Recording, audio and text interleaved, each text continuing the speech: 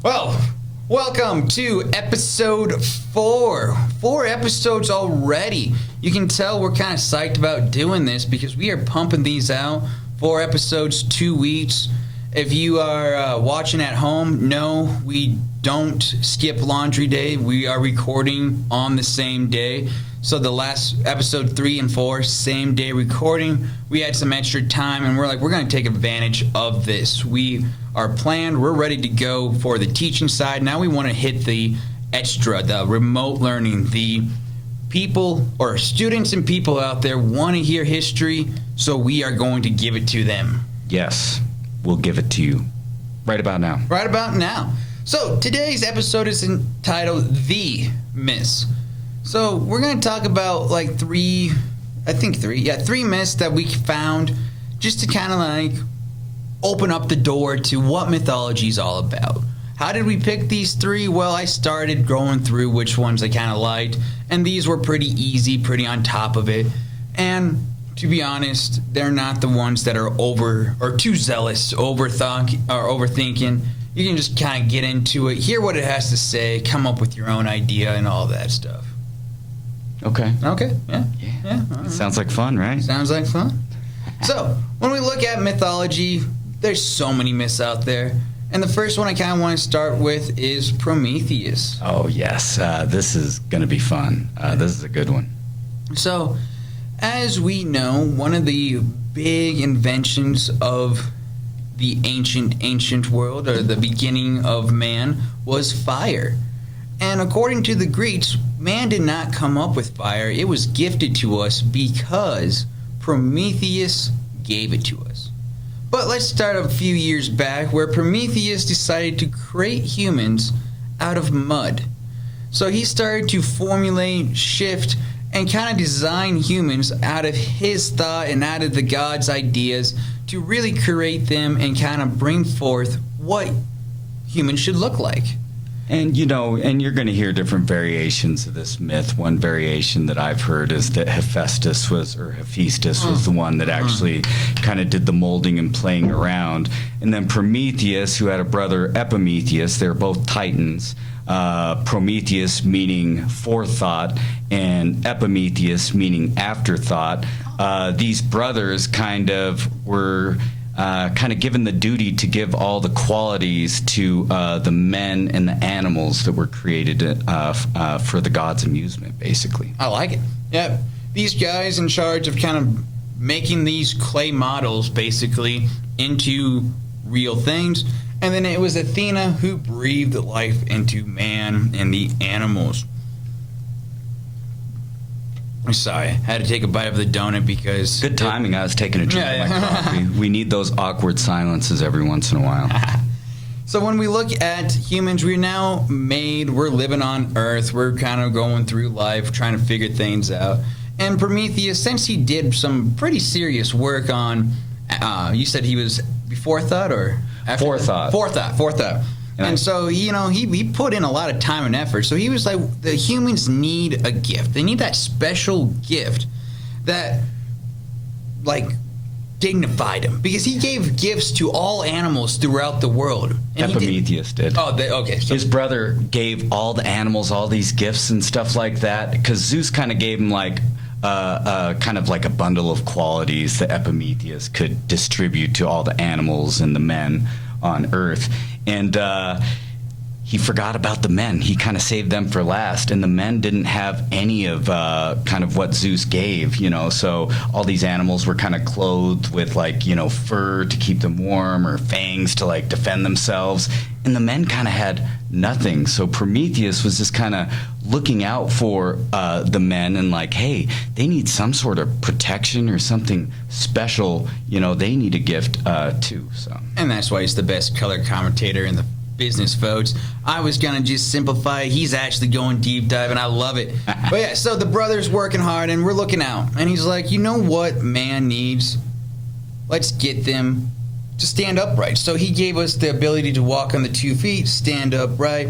He gave them kind of the look like the gods, and he's like, you know what? The creme de la creme, the strawberry on top, because I don't like cherries, so we're gonna go strawberries, is fire. fire changed life. When we think about just history in general, the ability to have that fire to stay warm, the light when it's dark, really changed life. So he gifted the humans fire. And, well, he actually had to ask Zeus for permission for Zeus to gift it to him, right? Well, originally. Right. So he's asking Zeus to gift humans fire so they can cook their food and protect themselves from the wild beasts that they had no protection from. And Zeus is like, sure, sends his lightning bolt down. The trees are lit. And the humans, all they have to do is climb up the tree and grab that fire. But that fire was taken away as a punishment, and this is where Prometheus ended up giving him fire. Oh, okay. So I kind of skipped that part because Zeus was not happy with humans getting fire at all. Well, yeah. Basically, Zeus wanted to punish Prometheus.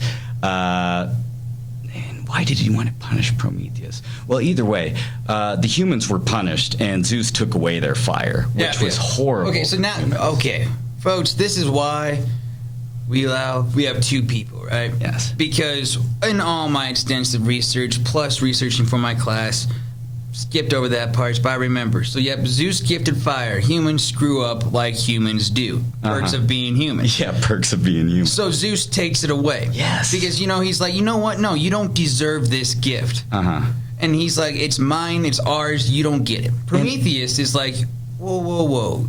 To err is human. Let's give it back to them. So he gives it back to the human beings.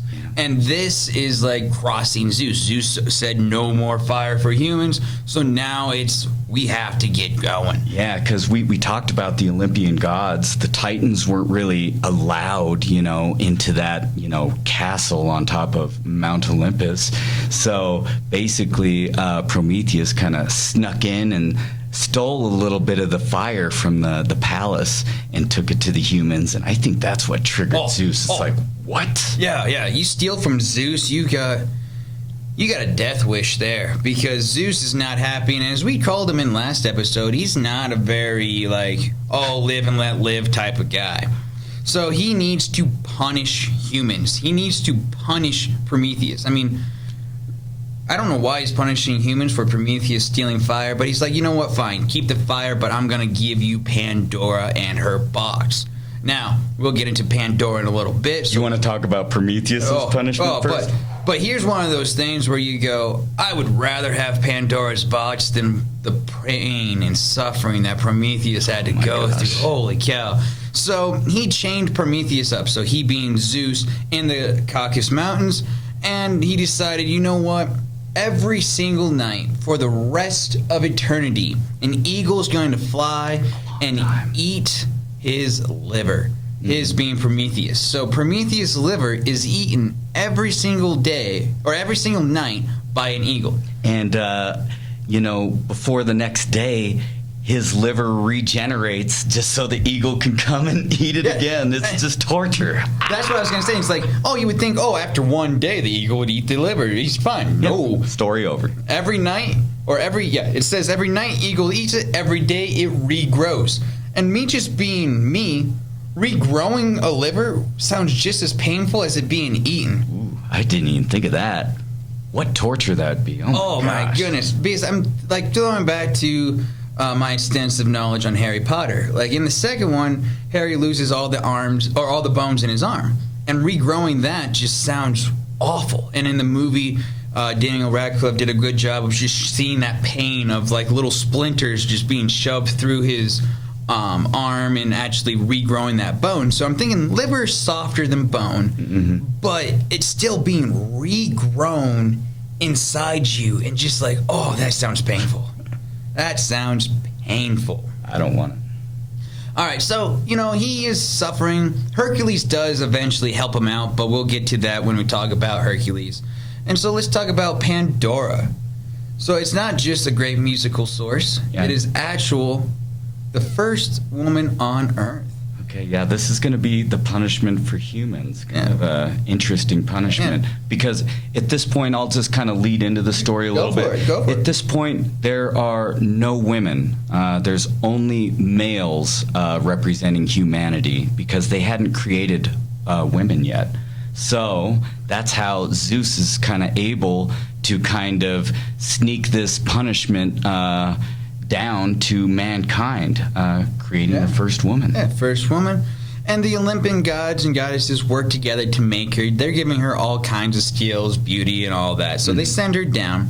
And as punishment for stealing fire, she is sent down. She is married to Epimetheus. Is that how you pronounce the name? Prometheus' brother. Was she married to Prometheus? That's what I read. I read that she was married to Prometheus' brother, and for her wedding gift, they were given a jar, a box. It's like in different mints, box jar. It doesn't matter. She was married. Oh, that's right. It was married to Epimetheus. Sorry about that. Yeah, so she was married to Epimetheus and given that box as a wedding present. I've also read jar, but I like box. Yeah, in boxes. You've heard of Pandora's box. That's what we'll roll with. Yeah, box. And she was told, do not open this. Yeah. At that moment, I'm screwed. Yeah. You tell me don't open this, I'm like, but I want to find out what's in it. One of the qualities that the gods bestowed upon Pandora was curiosity, which we all have. Yeah. So, we'll see how this story goes. No, yeah. So, the story goes different ways. Like, she opened it right away. She resisted for a while. Gotta talk about what's in the box, right? But she eventually is opening it. So what opens the box? She releases all the evils, all the sadness, all the bad things you can think of are released into the world. So all the Olympian gods put all these bad things in the box for whatever reason. Yeah. A lot of bad things in the box. Well, I mean, punishing man. Yes, you gave them women, but the boxes was the true punishment, right? Because they knew that the curiosity would just get the best of her. There's no way you weren't opening that box. And that's my question to you, Hoyt. How long do you hold off before you open that box? Well, Pandora couldn't wait past her wedding night. Yeah. So I'm honestly, it's like, you might give me a day if I'm busy, a week if I'm teaching, but during the summer, that's opened within the first hour. See, I wouldn't open the box. I'd forget about it. It'd be in the garage somewhere. Oh, fair. But I'd be nagging at my mind. But she did try to close it. Once you realize you're releasing all the evils, you're going to try to close that box. And she did close it. She did close it. And the last thing inside was hope. Yes, the trickster, Hermes, snuck in hope into the box, unbeknownst to the rest of the gods. And Hope was just lazy, apparently, and didn't get out of Pandora's box. And fortunately, too, because she closed the box back up, and that left a little hope with all this evil. And so, as the story goes, that is why hope is the last thing that dies in a human being. Because that's the only thing that did not escape from Pandora's box. Wow. I love mythology. Oh, man, it can be deep. And so, basically, with her opening that box, she ended the golden age of humans, and the real life, the reality came crashing in, and definitely hurt them on that front. Yeah, all the suffering, in the world, you can thank to all those evils in Pandora's box, I guess. But through it all, we always have hope. All right. So, our last myth we're going to talk about is kind of more of a character. Orpheus. Orpheus. Oh, Orpheus. Yes. Yeah. Don't act surprised. You're the one who's like, dude, I watched this video on Orpheus. It's so awesome. We got to talk about it. I'd heard of Jason and the Argonauts, and I had heard the name Orpheus, but when I heard more about Orpheus and the more I found out, the more fascinated I was. Apparently his voice just sounded so pleasing to everybody and everything that people would kind of swoon to his will. And animals would, just kind of surround him like he is some Pied Piper or something. Yeah. And when he played music on his lyre, apparently, it would calm, the seas, and it would make trees sway toward him to, hear the music. So that was fascinating to me as somebody that was an aspiring musician. So that's what I found fascinating. Yeah. So what I like too, what I got here, great musical skills. Mm-hmm. This basically, he was taught by Apollo how to play the lyre. Like, I think the lyre was a gift from Apollo too. A gift, just like, if like you're taught by the god of music how to play music, like you're gonna be pretty good, I think. And so he saved the Argonauts from the sirens by playing his music. It's like when a middle schooler starts playing their music, I'm like, nah, we're gonna play my music. I save us all because it's just way better, and just kind of drown it out. And so he kind of saved him on that with the Golden Fleece story. But one of the ones that I like, and it's also kind of like a tragedy, is the story of him and his wife. So he saves the Argonauts, and then they come back, and he's hanging with his wife. Well, she gets bit by a snake. And as we know, some snakes, especially at this time, are going to be poisonous. And so she dies from a poisonous snake bite, and she goes into Hades, the underworld. So which nobody comes back from. Yeah, which we talked about this. Spoiler alert: she doesn't come back from it because she's dead. But as Orpheus is stricken with grief, he is kind of persuaded, and he kind of figures, let me journey to the land of the dead. Now, this is very, very dangerous because, as Hoyt alluded to, you don't come back from it. And, Orpheus is supremely confident because on this mission or quest to retrieve this golden fleece, he really shows off his skills. His beautiful music and his poetry basically saves Jason and the Argonauts from all sorts of despair and disaster. So he's really going to put his skills to the test, and he's going to go to the underworld and try to convince Hades that, hey, I need my wife back. Yeah. So when we look at the other teachers just peering through the door, but no, when we look at his journey, he starts charming with his music. So Charon, the fairy man, he charms, and he's like, you know what? You're even though you're alive, hop on, I'll ferry you across. Ferries him across the river Styx. Yeah, then Cerberus, he does not let people pass, but he listens to this music. He hears Orpheus' song, and next thing you know, you're like, you know what? Okay, I'm going to calm down. This is where I also imagine Fluffy from Harry Potter. He just kind of falls asleep, lets the music wash over him. I picture Cerberus start wagging his tail. Just kind of like, he gets in that happy mode of just kind of sitting down. And all the other guardians of the underworld just are like, wow, this is a beautiful song. Does he make it to Hades? He gets to Hades, and he tells his story. And at this point, Hades is married to Persephone. Mm-hmm. And so Hades realizes, you know what? Life can be cruel. Bad things happen.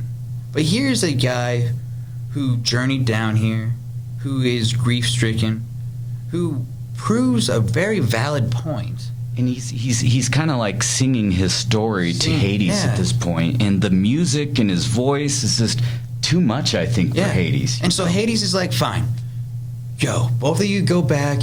I see him breaking down in tears, just like, oh my goodness, such a beautiful tale. Go on. And so him and his wife get reunited, and they're happy. We get to go back, but there's one condition. Yeah, Hades had to have that one condition. He's like, there's a very strict rule of the underworld. Yeah, and it's one of those I think it's a fair rule because he's breaking the number one rule of no one returns to the living. Yeah. So he said, one condition: you guys can leave, but you can't look back. So he says, Orpheus, you have to take the lead. So you have to go in front. Yep. And your wife will follow you. Yep. But you can't look back at all. Do not look back. Well, so they make it back through, and they're walking, and they see the light. There's the sun from the underworld. Yeah, they basically made it all the way out of the underworld. They basically just walk out. Orpheus walks out, the sun hits him. He is so happy. What's he do? I mean, if you're so happy, you want to share that happiness. And the person he wants to share it with is right behind him. So he looks back. Big mistake. And there she is, standing there. Probably, I feel like it's one of those, spoiler alert, end of Infinity War, Avengers Infinity War, where they all just kind of fade to dust. She has this smile on her face, and then all of a sudden she sees him, and before that smile can be wiped away, she just kind of fades away. Yeah, and she's swept back to the underworld, unfortunately. Yeah, she disappears forever. Mm-hmm. Now, that's a pretty sad story, isn't it? Yeah. Like, you have all that hope. You have that roller coaster of emotions. Like, is he going to do it? Is he going to do it? They did. Oh, no, never mind. Yeah. But as stories are sometimes made to be, this one was rewritten in the Middle Ages. So in Middle Age Europe, they decided, you know what? We need a happier ending to this story.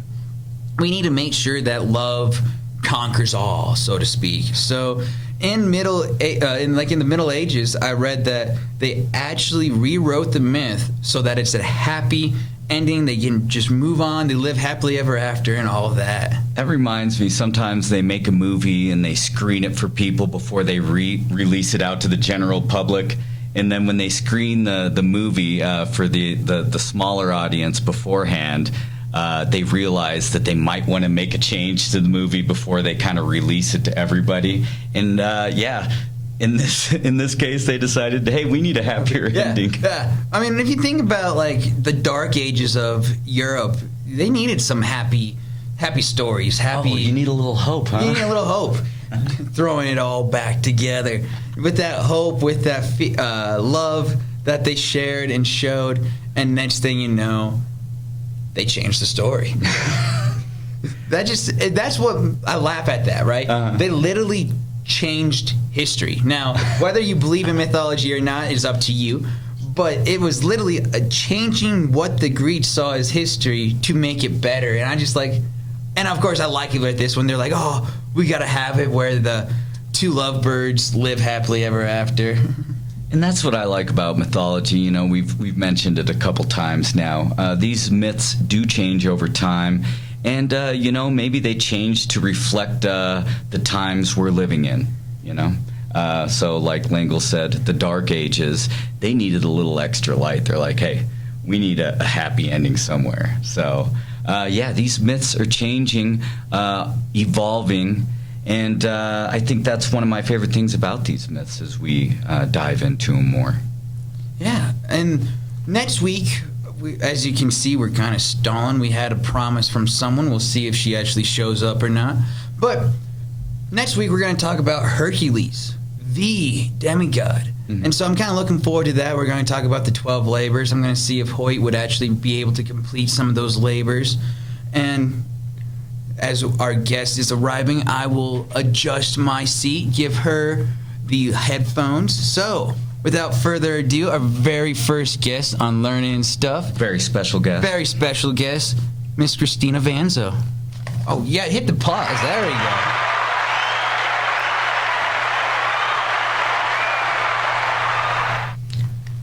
So she didn't get to hear the applause because she didn't have her headphones on yet. But as we get her situated, we wanted to kind of do a little trial run with the hot seat. So it looks like Langel's on the hot seat right now, but really it's going to be Vanzo on the hot seat. I'm going to start off with the first question. First off, let her introduce herself. Oh, okay. I mean, she hasn't even spoken yet. I mean, I kind of like just dive right in. Could you please introduce yourself? Hello, podcast watchers. My name is Cristina Vanzo, and I'm the engineering teacher here at Craig Middle School. We do all kinds of things from robotics to learning coding and all types of different design challenges. Yes, and she's also collaborated with us on a number of things, and we owe a lot to Cristina Vanzo in our professional development. Can I just jump right into it, Langel? Now I've been dying to ask this question. It's not just like a stranger that we just brought in. Yeah, ask your question you've been dying since you thought of it this morning. Yes, I mean, I'm always curious to know how people are going to answer this question. So Yeah, they didn't tell me at all what I'm here to talk about, so. Exactly. So Exactly. I don't know anything about Greek philosophy. So here we go. Well, this first question might not have to do with Greek philosophy at all. I say philosophy. Okay, so I do admire, Plato and Aristotle. Name dropping. And Socrates, A few Hercules, others. I don't know. So, first question. Cristina, what came first, the chicken or the egg? Ooh. The chicken or the egg? I think it was the egg. The egg? Yeah. Do explain, please. Well, okay. Ooh, this is, The hot seat is working. it is very hot. Wait, I was sitting in that earlier. You warmed it up for me. Well, long ago, someone had to leave the egg laying around. The chicken comes from the egg. So, I think that, long ago there might have been, living organisms that somehow found their way together to make an egg and then out cracked a chicken. Well, I know. This is great. I get it. I had no idea what to expect for an answer. So, I'm going to be laughing either way. Hey, give her a... Yeah, she did it. That was Hot a good seat. answer. I think Oh, dang. better than my answer. I liked your answer. Oh, my answer. Like, the egg comes first, right? I'm telling you, if you would have given me time to prepare for that question, I would have done some research about, some scientific theory, and I would have dropped some science. I'm really disappointed that I couldn't have brought more up on the top of my head, but Well, that's why we call it the hot seat. now I know I'm going to go home tonight and really put some thought into that. So the first comment on this video would be, actually, here's the scientific It'll be me. research. In fact, so, drop below, hit subscribe, and comment, because I'm going to put my official answer below. I think to be fair to Cristina, we'll give her a chance to ask us a question before she leaves, so she can, take a little vengeance out on She us. teaches engineering, Hoyt. That's math and science. My head hurts already. I know I started that in school, but I haven't done math and science in a long time. All right, it's Langel's turn for a question for Cristina since we got her on the hot seat. So can you guys hear me if I talk to the camera? Maybe I'll repeat the I question into think, the I really mic. think, yeah, go for it. Oh, okay. So mine would be more of just we're all teachers here. We all love the profession of teaching. So what's one of those moments that you love about teaching? What kind of really sparked yes, I'm doing the right job? Okay, so we're looking for that teaching moment, that aha moment for Cristina. Okay, yeah. So I would say that, 100%, I think every teacher would say this, but it's definitely because of the kids. I love coming to school every day and getting to see the same kids. And one of the perks of my job is that I get to teach the sixth graders when they come into middle school for the first time. And, they're a little scared. They don't know what's going on. They don't know what to expect. And I get to build that relationship with them initially. And then I see them again in seventh grade. And then by the time they've made it to eighth grade, they're young adults. They're no longer kids anymore. Oh, yeah. And I get to, it's one thing to see a kid in the hallway to say, hey, how are you doing? But to have them in class, you really get to have, good conversation and learning moments. And so I love that some kids come to school and they just look for that companionship. Yeah. And so I really focus on being that teacher that kids can come talk to. I think that's something that's overlooked in education is the social aspect. Social development is so important in life, and I'm glad that you brought that up because that is something that I think is every bit as important as the academic aspect of teaching. Yeah, and I mean that is pretty much the social side of why I love being a teacher. As far as being an engineering teacher, I am absolutely fascinated with new upcoming breakthrough technology. Oh, nice. I love hearing about all of the reasons and purposes that they're using 3D printing for, robotics in the medical field, robotics in the industries in general. And then I want to be the one that exposes students to STEM jobs. I want to inspire kids to want to go out and, be the inventor of the new tech company that we don't even know about that exists. What they say is that when our kids graduate high school, there's going to be so many new jobs that don't even exist right now. Well, yeah. And so I want them to know that that they're going into this, what they actually call it the fourth industrial revolution. Interesting. That doesn't surprise me. Yeah. We are currently in the fourth industrial revolution. So much is changing right now that it's hard to like really orient yourself. And I feel like looking and projecting into the future right now is so much different than like maybe 50 years ago. And right now, it's really hard to imagine what the labor force is going to look like, what the jobs are going to look like individually. And I think right now it's really important to just make sure that our students are well-rounded and can kind of have those adaptability skills and just kind of like the stick-to-itness. One of my favorite words. Oh, yeah. I think that really our goal is we want to inspire kids to go out there and get high-skilled jobs. Yes. Because the truth is this fourth industrial revolution is phasing out low-skilled jobs. Artificial intelligence, really anything that is a low-skilled job, like working the window at McDonald's, being a cashier, custodians, those types of jobs are jobs that robots can now do for us. And a lot of companies and industries are finding this out, and they are investing the money into these new technologies, and it's saving them money in the long run, but really eliminating a lot of jobs that exist right now. So you're going to be hearing this universal basic income talk a lot coming up in the next 10 years, because as there are fewer and fewer jobs available unless we make them, there's going to be some sort of way that we got to make sure that people can make a living, I saw iRobot. I'm kind of nervous about the robots, like, just doing all the jobs. Yeah, we've already got drones delivering packages for Terminator. UPS. That can be historical fiction at some point if we're not careful. In Michigan, they've got a self-driving car delivering pizzas.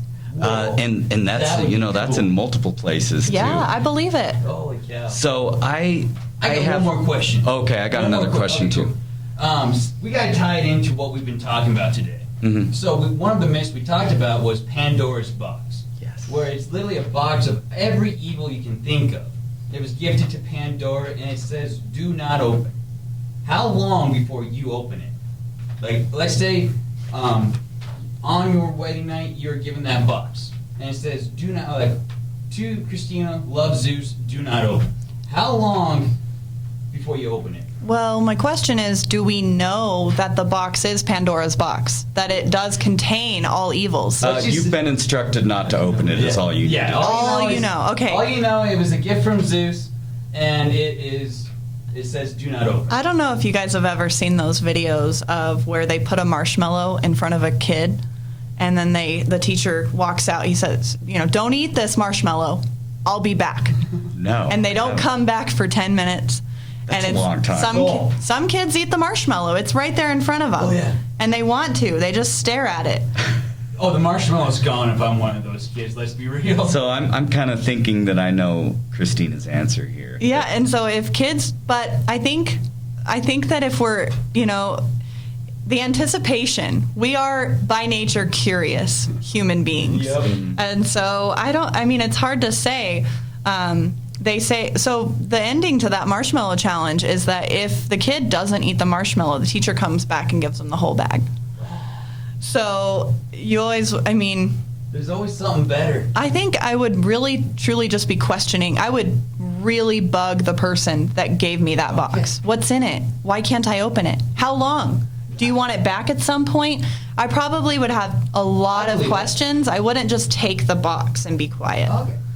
No, I believe that. I believe you would have the willpower. Yeah. I like knowing you the past 3 years. I believe you would. So did you really answer it though? Or She's not opening it. You're Well, not I- opening it?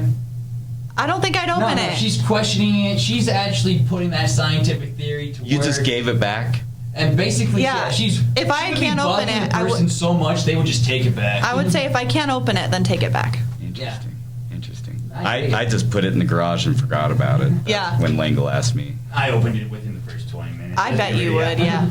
And Pandora I trust opened everybody. it. Yeah, Pandora opened it on her wedding night. So like right after it was given to her. So I did have one historical question. I know that you might not be an expert in history, but I was wondering if you could share something that you find interesting in history, whether it's an isolated event, anywhere in the world, wherever, or mythology, just anything that you found interesting at some point in your life that you wanted to share that might have inspired you in one way or another, or, kind of altered the course in your life. Sure. I think that right away, I'm just going to go, since I'm so on the spot, I'll go off the 2 events in history that came to my mind as Mr. Hoit was explaining.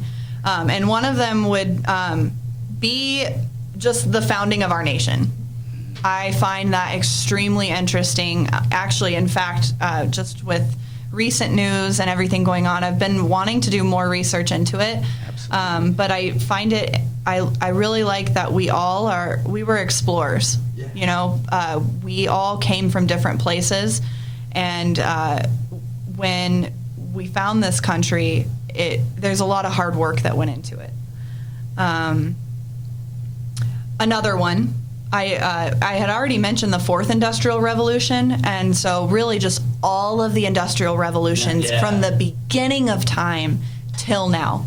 That fascinates me. Just the fact that we as humans continue to revolutionize and advance our technology. I mean, right now, here we are, 2021. Like I said, where we're at now in the 4th Industrial Revolution, how can we advance any further? And it's a scary thought sometimes. I mean, progress, that curve is just crazy. And it's a scary thought to me, honestly, because the unknown sometimes is scary. Yeah, for sure. I mean, 100 years ago, everybody wasn't even driving a car. Yeah. Wow. We didn't have refrigeration, so we had no leftovers. I mean, little things like that, even food, even sourcing out food and making sure you have the right food. How was hunting and gathering when you were a kid there? Well, my hunting and gathering days.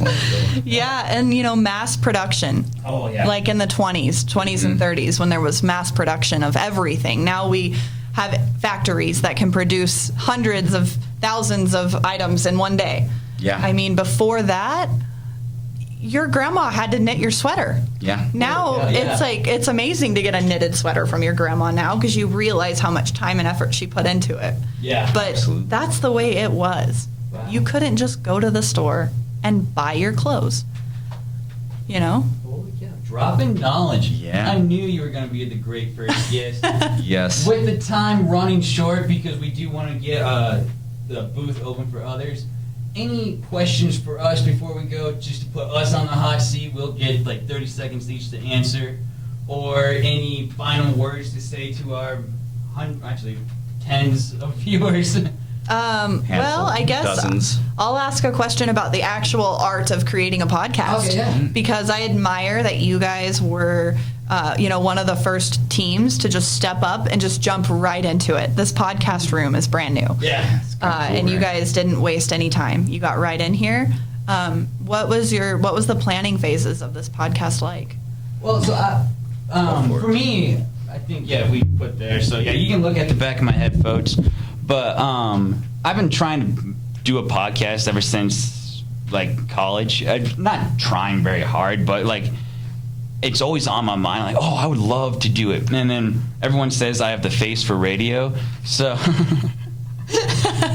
So I've always wanted to be like radio DJ was always one of those jobs that I would be like, that would be cool to have like an hour segment, do that. And it just was something I always wanted to do. So it was always on my radar. Like I just needed that topic to just pull it all together. And then when I saw the bosses pull out their first podcast, I'm like, this looks fun. And then I'm like, we got the history podcast.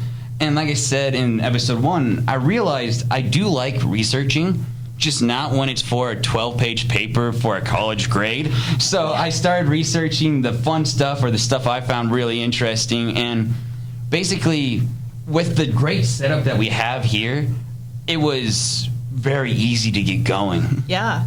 The window of opportunity. I saw opportunity knocked and I answered. Yeah. And I guess I'll just kind of add my 2 cents in.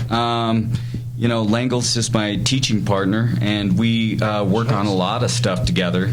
And, also one of my best friends in the community.